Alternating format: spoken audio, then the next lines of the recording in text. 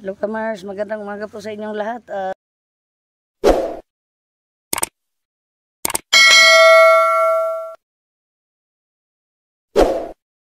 shout out po sa lahat kong mga followers at saka mga viewers sana kay Widis Bobby Vlog, at Imles TV at kay Farmer Boy TV.